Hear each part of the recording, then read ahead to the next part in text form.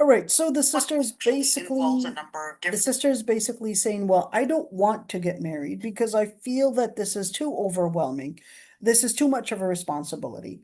Should I and can I basically decide that, I don't want to get married, or am I obligated to get married? Number one, to answer this question, there are a number of different areas to basically, respond and give a fair response. Number one is that marriage in general, the ruling on it differs from one person to another. So there's the ruling where it is obligatory upon that person to get married if they feared haram and zina on themselves. Number two, that marriage would be a sunnah upon that person to get married if getting married was going to help them better in their deen, lowering their gaze, etc. And they were capable and competent to basically, I guess, be responsible and do a fair, let's say, commitment to this marriage. Number three, it would be haram. Let's do the haram first.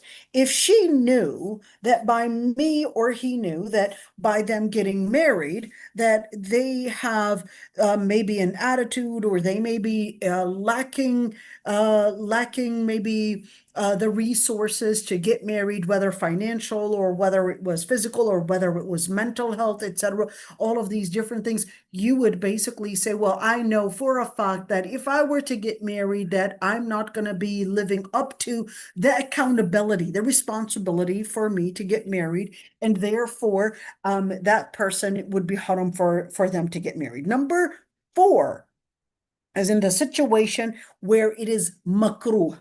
She said, well, I am fearful for myself, fearful of myself to get married, fearful of zina, for example, not to get married, but, and at the same time, I'm worried that I might actually not be committed. And at the same time, in this situation, I'm not really sure what to consider more, and we'll say, okay, we're going to be within the area of hide it. If you knew that you weren't going to be that committed, and you know that it was something that, yes, we're going to take in consideration you not falling in zina, and will basically recommend that you would work on your commitment, at least commitment during the relationship. But we definitely want you to secure your faith first. In the area of makruh, it could also be that I'm worried that I might not be committed and be capable of being living up to basically the expectations and the responsibilities and so forth. So that's number one. So we're talking about generally marriage as at least an idea of, is it haram for me to get married or not if I was afraid of marriage. Number two is that every single step in your life, dear, remember this one, every single step in your life, every single decision making is always going to have that area you're in between two fears. You go to school because you're afraid that if you don't go to school, you might not get an education that would probably ensure you getting a job. But at the same time, there's another fear, which is getting bad grades, probably not doing a good, successful job in school, etc. There's that other fear. But you recognize that there is another fear. If I decide to drop out of school, that there's that fear of probably homelessness, maybe not getting a job, maybe, having a hard life, maybe this. So what happens is that you basically live in two fears. That's the same thing. There's the fear of marriage, but there's the other fear of, if I'm not married and I don't have children, and I don't have children to take care of me, I don't have a companion with me, and all of that, that's another fear of loneliness, another fear of probably not having maintenance when you grow older, when you get weaker, all of that, that's another fear. So there's the fear of marriage not working out, but there's also that other fear of me not having to not having the ability to find the support that is needed for me when I basically end up not competent enough to take care of myself. So when you look at those areas, what if I had a family to take care of me? Part of your instinct as a human being, as a female, as a male, etc., is that there's a time when you have to fly out of the nest. There's a time that you would recognize that your family may be treating you like you are a child, but you recognize that you're an adult now.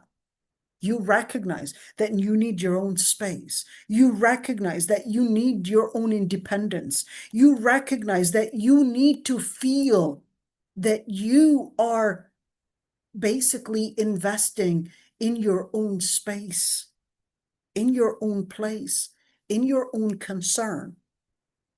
And that's part of your human instinct.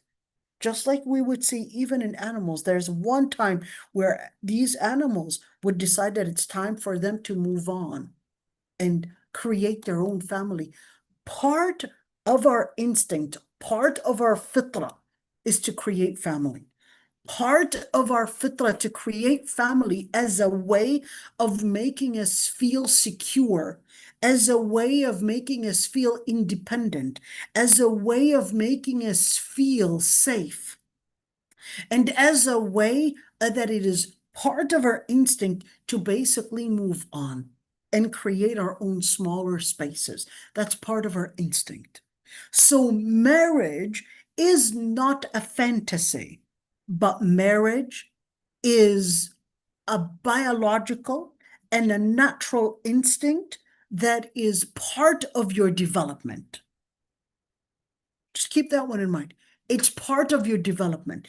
Just like a child, when, of course, they're young, they're just dependent on probably their formula or their mother's milk, etc. Then at one point that's not enough to supply them with the amount of nutrition. Now they go on solids. Then once they go on solids, now we need to basically grow in their solids. Now they start learning how to walk. Then they start learning how to talk, and the list goes on and on. There's a certain development that you basically grow into, including some level of independence, some level of having your own space, that you're investing your money, you're investing your energy, you're investing this in a certain area that you feel belongs to you, your nest. So marriage is not just a halal sexual relationship, but it is also one of those factors of what would give us, let's say, stability inside. It's part of your nature. It's part of what Allah subhanahu wa ta'ala made you into. That's why Allah subhanahu wa ta'ala says, وَمِنْ آيَاتِهِ أَنْ خَلَقَ لَكُم مِّنْ أَنفُسِكُمْ أَزْوَاجًا. And then he said, لِتَسْكُنُوا إِلَيْهَا. What is السكون? السكون is stability. السكون is when there's less motion. There's less of that locomotion. There's that stability where you're feeling that you're landing. You know, when there's no marriage, you just feel like you're going into these moments, even though I do recognize that you might say, well, all I see outside is most women that would get married, they were the ones that are to get into problems and problem after a problem. I do recognize, whether it's men or women, during our times, that people, one, lack social skills.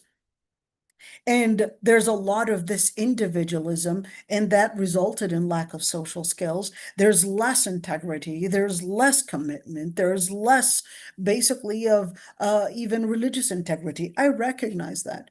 But just keeping in mind that the Prophet ﷺ said that being patient on the people is better than isolating yourself from people. And in fact, there is a hadith where the Prophet ﷺ had actually forbid that the man or the woman would even sleep alone. Why? Because of the mental issues and the depression and all of that it can actually result in. So getting into a marriage, certainly there is a risk, but there's just like there's a risk in being alone, there's also a risk in getting married. But Islam tells you, listen, فَإِذَا عَزَمْتَ فَتَوَكَّلْ عَلَى اللَّهِ. If you put that determination, you make a decision, tawakkal ala Allah. Just depend on Allah subhanahu wa ta'ala. Don't let fears drag you away from making a decision making.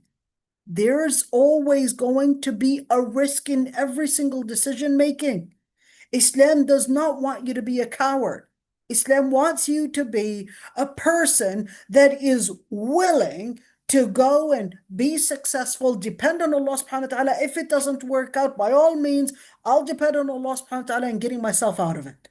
And I'll try again, and I'll try a third, and I'll try a fourth. I'll keep going. Islam does not know people and does not want people that basically give up. That's why Allah subhanahu wa ta'ala does not like those people that give up and basically وَلَا تَقْنَطُوا مِنْ رَحْمَةِ اللَّهِ. Don't lose hope in Allah subhanahu wa ta'ala. Keep going.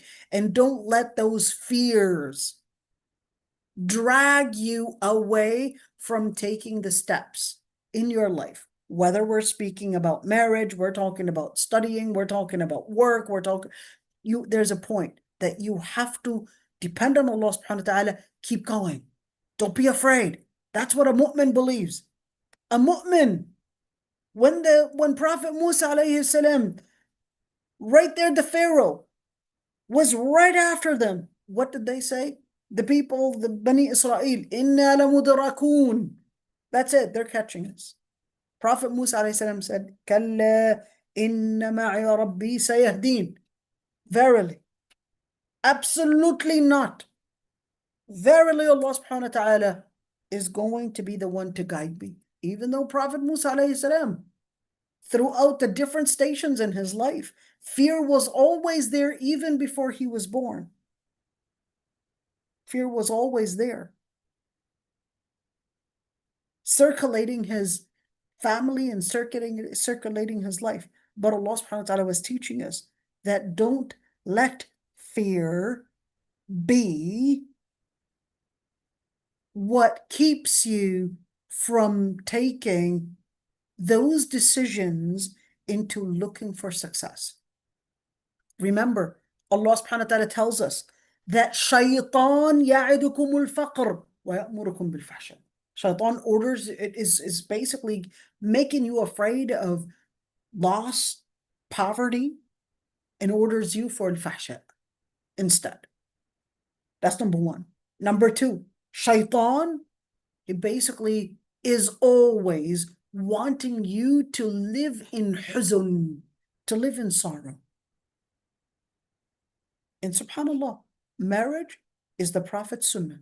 Marriage, it also has the opportunity to live that independence, to live that sukoon, لِتَسْكُنُوا إِلَيْهَا وَجَعَلَ بَيْنَكُمْ مَوَدَّةً وَرَحْمَةً.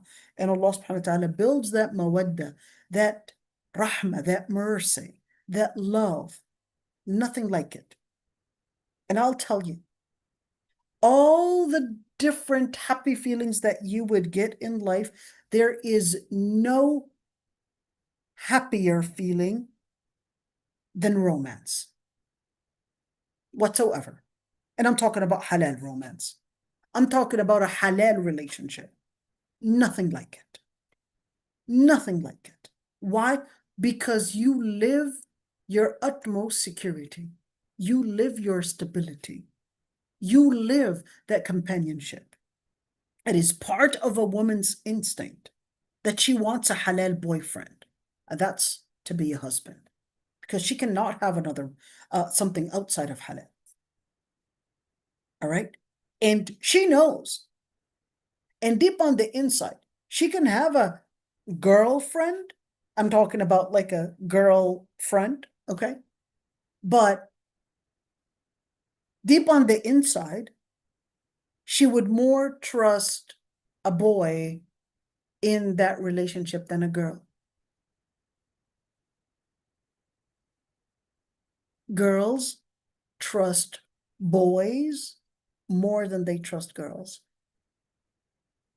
And subhanAllah, in marriage, when your husband is your best friend, although I always say do not take your husband as your girlfriend or as, the way that you would talk to him like a girlfriend, that's a completely different thing. Okay. But in general, nothing like the companionship between a husband and a wife. And that's why Allah subhanahu wa ta'ala called it al-mithaq al-ghalidh. Al-mithaq al-ghalidh. وَأَخَذْنَا مِنْكُمْ مِيثَاقًا غَلِيظًا. May Allah subhanahu wa ta'ala, Ya Rabbi, take away those fears, and may Allah subhanahu wa ta'ala, Ya Rabbi, give you a pious husband. Allahumma